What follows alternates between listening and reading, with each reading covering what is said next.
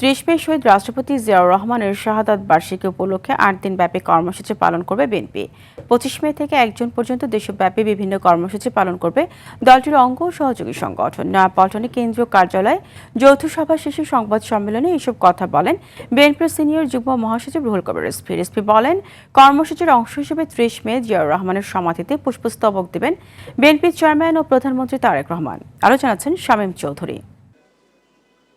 আপনাদেরকে আন্তরিক প্রীতি এবং শুভেচ্ছা জানাচ্ছি। এক দিবসটি উপলক্ষে বরাবরের মতোই ভোর ৬টায় দলের নয়াপল্টনস্থ কেন্দ্রীয় কার্যালয় সহ সারা দেশে দলীয় পতাকা অর্ধনমিতকরণ করা হবে, হাফমাস্ট এবং কালো পতাকা উত্তোলন করা হবে।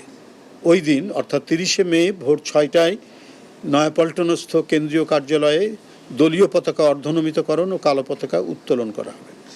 সকাল ১১টায় দলের সিনিয়র নেতৃবৃন্দ সহকারে বিএনপির নেতৃবৃন্দ এবং অঙ্গ সংগঠনের নেতৃবৃন্দ শহীদ রাষ্ট্রপতি জিয়াউর রহমানের মাজারে পুষ্পার্ঘ্য অর্পণ ও মাজার জিয়ারত করবেন এবং জিয়ারত শেষে জাতীয়তাবাদী ওলামা দলের উদ্যোগে মাজার প্রাঙ্গণে দোয়া মাহফিল অনুষ্ঠিত হবে।